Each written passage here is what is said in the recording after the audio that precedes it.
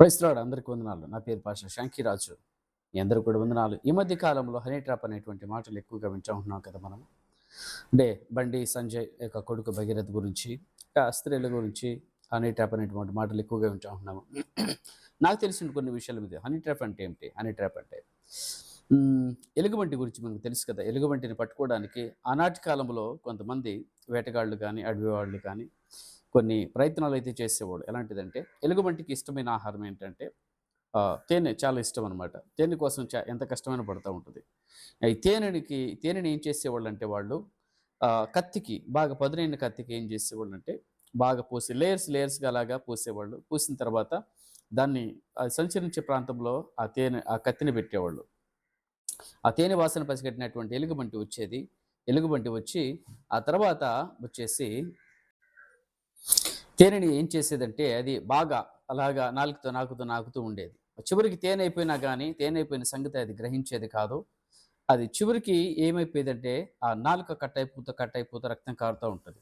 అలాగా అయినా కానీ అది ఆ కత్తిని అలాగా నాకుతా ఉంటా ఉంటది. చివరికి నాలుక కూడా చాలా బాగా గాయపడిన తర్వాత అది విలవిల్లాడి కొట్టుకుంట కింద పడిపోతూ ఉంటది. ఆ చుట్టుపక్కల దాక్కున్నటువంటి ఆ వేటగాళ్ళు ఏం చేసేవాళ్ళంటే దాన్ని పట్టుకొని వచ్చి దాన్ని బంధించి తీసుకొని వెళ్ళిపోయేవాళ్ళు.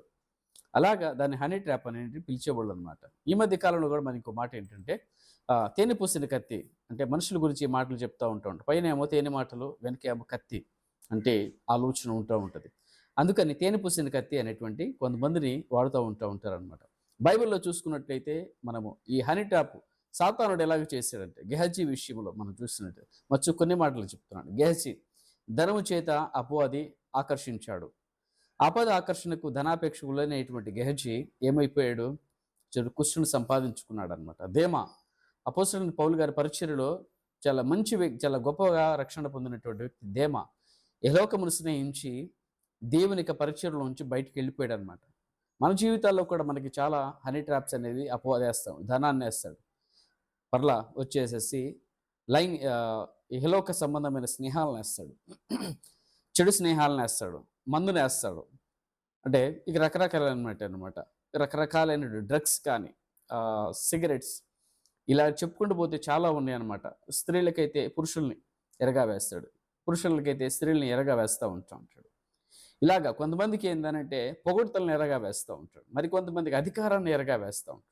ఇలాగా అపవాది ఏదో విధంగా హనీ ట్రాప్‌ని చేస్తూ ఉంటాడు. కాబట్టి జాగ్రత్తగా ఉందాము. దయచేసి మనందరూ ప్రభువు మనకు సహాయం చేస్తే పరిశుద్ధాత్మనికి సహాయం ద్వారా మనము ఈ హనీ ట్రాప్స్ అపవాది యొక్క ఉచ్చుల నుండి ఖచ్చితంగా తప్పించుకోగలం.